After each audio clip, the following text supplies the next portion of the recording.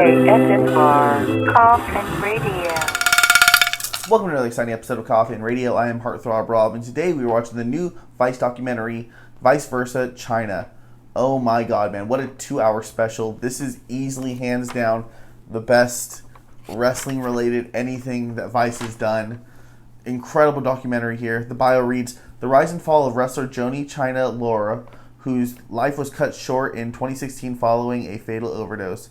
Chyna changed the game, man, and this Vice special is everything it's just so good. It's a tearjerker. The rise and fall, Chyna was the biggest female wrestler of all time, was huge, and then, disappears for a long time, and people just don't really know. And as a huge wrestling fan, especially in the 90s, to see this documentary and see everything that she went through and all the end game that happens here is just very sad, but this documentary is so well put together. So it's kind of like got two storylines going together. It's her beginning, getting into wrestling. I mean, right off the bat, it's a documentary. Sorry, so it's actually a documentary about a documentary that was made in 2016 called the Reconstruction of Chyna. So at that time, those guys are trying to get this documentary, a year-long documentary of Chyna getting her life back in order and, really trying to get back into the spotlight. So it's that timeline of 2016 matched with this documentary showing her, rise and fall. It takes her from the very beginning of wrestling to, everything that happens until her death. There's kind of two stories going. The documentary that's being built for 1 year, and then this, documentary that's showing her life. It's fairly quick. The wrestling part is only about 46 minutes of it, actually. It starts off with her, joining, her feeling uneasy in her body, and then she joins Killer Kowalski School, where she begins her wrestling training. And from there, she really, really kicks butt. And, anyone who's followed her career knows, she starts becoming the bodyguard for Triple H, or Hunter Hearst Helmsley at the time, in WWE now. And then slowly becomes part of, she becomes part of DX. And then becomes the biggest thing in the world, when they slowly make her wrestle. And she's fighting the guys just like how she would, how she was supposed to do the girls, right? But she's fighting grown-ass men just like she's one of them. But in the end, Triple H, who she begins dating, ends up cheating on her with the boss's daughter. You find out your man's cheating on you, your significant other. Obviously, you're going to go kick somebody's fucking ass when you find out, right? Well, the one person you can't fucking beat up is the boss's daughter. And that's what's really fucked up about what happened to Chyna, That's the only thing, I'm sure you want to get some sort of revenge, and you're kind of just stuck with nothingness. You lose your job because, you demand this amount of money because you are getting this territory popping. You're huge. You're all over fucking television. You've done Playboy, all that stuff. So she wants a bigger cut. Meanwhile, her husband is fucking, or, her man of 3 years leaves her for the boss's daughter. She can get no sort of revenge, and she gets cut off. You lose your relationship, and you lose your job. So she's given to the wolves here, and as she's given to, they show the things that happen afterwards. She has a great match in New Japan Pro Wrestling and lives over there for quite a while. And she has that great match with Masahiro Chono. Masahiro Chono on this documentary is great.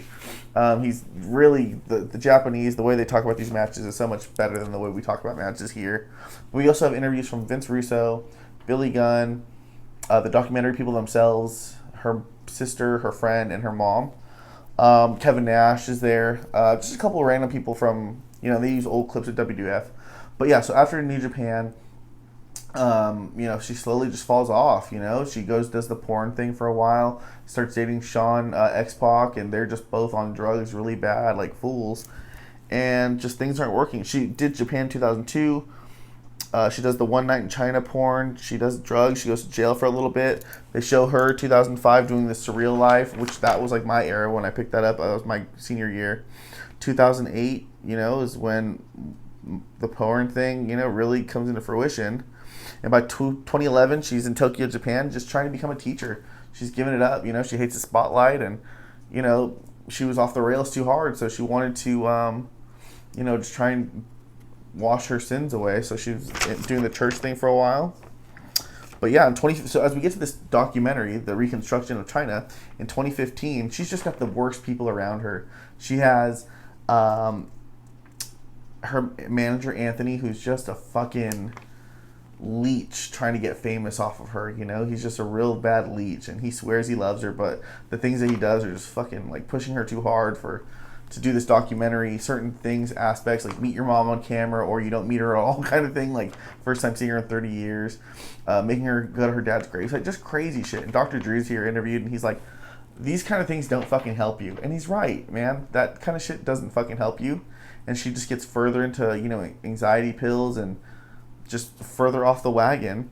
Meanwhile, she has this other fucking idiot who's filming this documentary named Eric Angra. He's fucking on meth and heroin. He's the director. He's an idiot, dude. And he's, like, still on drugs as he's being filmed here for this documentary. Like, he's obviously on drugs. And by the way, after fucking Chyna overdoses, he's found guilty with drugs too, and he fucking serves a drug sentence. Anyway, so after about a year of doing this documentary, she's still going too hard. She gets into it with her manager, tosses him out, and she's just crying for help. You know, she's really bad. She's in a bad place. And unfortunately, she dies on April 20th, 2016, from muscle relaxers, painkillers, and, you know, alcohol. It's just really sad to see her go. It's fucking so bad. When she changed wrestling, she had that feminine masculinity. Like, she could fight the guys.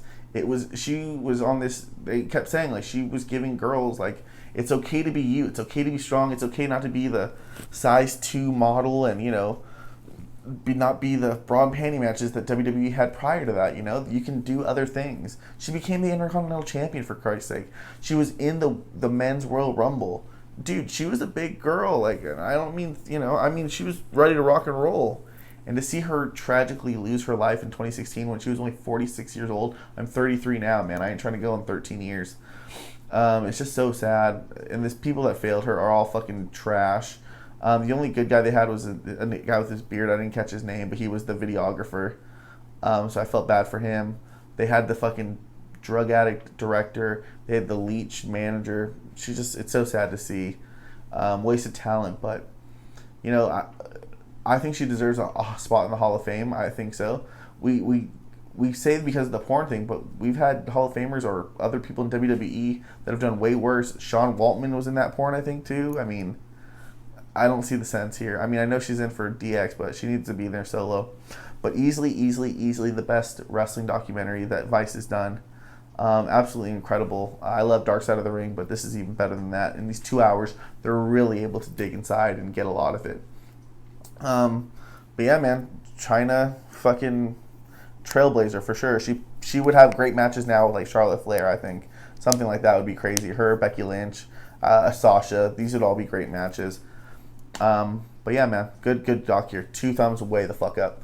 But let me know what you guys think about it, man. What do you guys think about Chyna? What do you think about this documentary? Let me know in the comments. We'll talk about it. And if you like what you're watching, or make sure you like and subscribe. And if you like what you're watching, then hop in the coffin. Follow us on social media at Koffin Radio. Koffin is spelled with a K. That's all for today. KSNR, Koffin Radio.